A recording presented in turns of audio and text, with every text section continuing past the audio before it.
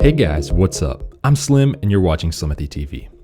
I just want to make a quick video going over the whole controversy with the UK and Apple with regards to the advanced data protection that is now removed from any UK iPhone. This is pretty crazy and unprecedented. So Apple has gone ahead and bent the knee to the UK authorities and has completely removed the advanced data protection from any registered UK iPhone. So if you're in the UK right now, you cannot turn on advanced data protection. In case you're unaware, advanced data protection is what I recommend most people turn on. It encrypts all of your data in iCloud, almost all of it, and it gives you the private key so that even if a government said, hey, I want to see so-and-so's data, Apple would be like, yo, I don't have it. You're going to have to figure that out with the user itself. That way, a government can't go to Apple and say, yo, let me spy on so-and-so's texts in iMessage. And then Apple could say, oh yeah, here's the key. Apple doesn't have the key if you turn on advanced data protection. That's how it works. So if you're not in the UK, I do recommend you still turn this on. But the key thing here is Apple actually can't turn off other people's ADP if it's already turned on. So if you're in the UK, you had enabled advanced data protection, which I'll show you guys that in a second. They can't remotely turn that off. They said there's some sort of grace period, but I don't know what's going to happen after that because I don't think Apple can just turn that off for you. I think you have to do that.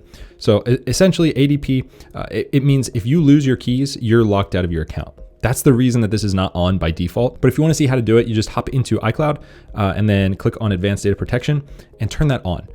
This is pretty basic stuff here, but all of this is heavily encrypted now so that, if a government tried to get it, they can't, from Apple at least.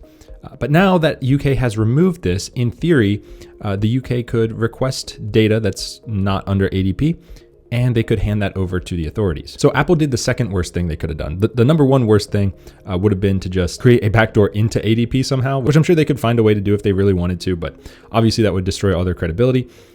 So that would be the worst thing they could do. The second worst thing they could do is turn off advanced data protection for all the UK users.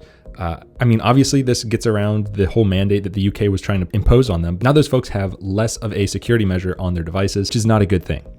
What I wish Apple would have done is pulled all iCloud services out of the UK. This would have caused a massive uproar by the people, which would have had a beneficial effect, at least for ADP, because the people would have been so upset. Why is my iCloud not working anymore? And they'd look into it and they'd say, oh, my UK government is trying to, infiltrate, get backdoors into everything. That's kind of messed up. Maybe I should push against that. But instead, no. Apple just says, you know what? No more ADP. And then the average user is never going to know that this even happened. They're not going to know that the UK wants backdoors into everything and that this is how they're going to do it. So it's just ridiculous. Apple, again, should have pulled it. But again, they put profits over everything. And if they would have pulled iCloud out of there, they would have lost a lot of money. They would have lost a lot of users because people would be upset. Your 80-year-old grandma who's losing all of her, iCloud photos and stuff, and she wouldn't even understand what this is to begin with. So it's probably why Apple didn't do it, because they value the money over everything, but definitely not happy to see this. If you're in the UK and you want something like this, I recommend just switching to Graphene OS or something, because at this point, there's no way around this, at least that I know of, unless you can register your phone in another country and then enable it. I don't know if that would work. Like if you wiped your phone and then set it up as a US phone or something, I don't know. Maybe that's a workaround. The EU, the UK, all of those, they're way too authoritarian and trying to get backdoors and everything. It's ridiculous. Trying to get rid of encryption to spy on their people. I think if you guys are over there, you guys need to push back against this and express your dissatisfaction of the current government and policies in place, because I can't imagine being over there. I would be so upset. But of course, I work in cybersecurity, so that's kind of my thing.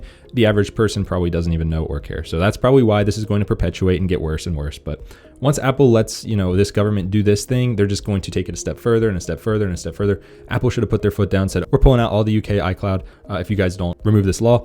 And I'm sure the UK government would have waffled and probably would have rethought their approach. But anyways, that's just my thoughts on this. So if you're in the UK right now, that really sucks. You should either switch to an Android phone like a Google Pixel with, Graphene OS or something like that, or some sort of de-Googled Android phone. Or maybe if there's a way to turn on ADP if you register your phone somewhere else. I don't know if that's possible.